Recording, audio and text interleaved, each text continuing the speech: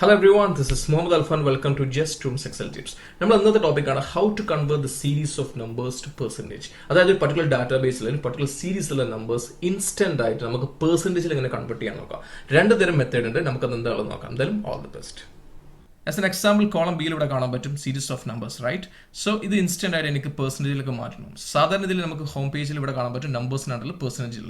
So complete data select ചെയ്തു, അത് പെർസെൻറ്റേജിലുള്ള button click ചെയ്ത് നോക്കാം, നമുക്കത് കൺവേർട്ട് ചെയ്യാൻ പറ്റുന്നുണ്ടോ എന്ന് ജസ്റ്റ് ക്ലിക്ക് ചെയ്യുന്നു. പക്ഷേ ഇത് ഇൻകറക്റ്റ് ആയിട്ടാണ് വന്നത്, റൈറ്റ്? 100 പകരം 10,000 വന്നു, 67 പകരം 6,700% വന്നു, റൈറ്റ്? സോ ഇത് കംപ്ലീറ്റ് ഇൻകറക്റ്റ് ആണ്. സോ ജസ്റ്റ് അൺഡു പ്രസ് ചെയ്യുന്നു. നമുക്കത് ഇൻസ്റ്റന്റ് ആയിട്ട് നമുക്ക് വേറൊരു മെത്തേഡ് വെച്ചിട്ട് നമുക്ക് എങ്ങനെ കൺവേർട്ട് ചെയ്യാൻ നോക്കാം. It's very simple. ഞാൻ ഇവിടെ 1% ഇൻസെർട്ട് ചെയ്യുന്നു. Okay, just 1%.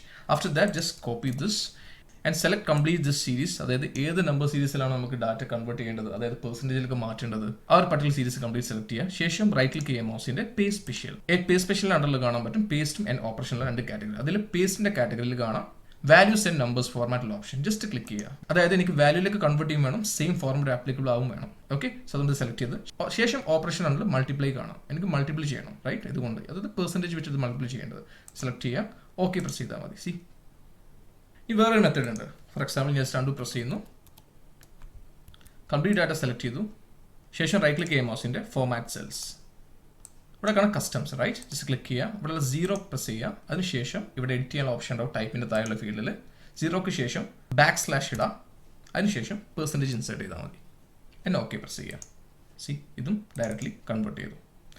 പക്ഷേ സെക്കൻഡ് മെത്തേഡ് മാത്തമാറ്റിക്കലി ഇൻകറക്റ്റ് ആണ്. നിങ്ങൾക്ക് വിഷ്വലൈസ് ചെയ്യാൻ മാത്രം പറ്റുള്ളൂ. മാത്തമാറ്റിക്കലി കാൽക്കുലേഷൻ ചെയ്യണമെങ്കിൽ ഇൻകറക്റ്റ് റിസൾട്ട് ആണ് കിട്ടുക. അതുകൊണ്ട് ഫസ്റ്റ് കാണിച്ച മെത്തേഡ് പ്രിഫർ ചെയ്യാൻ നോക്കുക. അല്ലെങ്കിൽ മനസ്സിലായെന്ന് വിചാരിക്കുന്നു. എന്തായാലും പ്രാക്ടീസ് ചെയ്ത് നോക്കുക. എന്തായാലും all the best and thank you.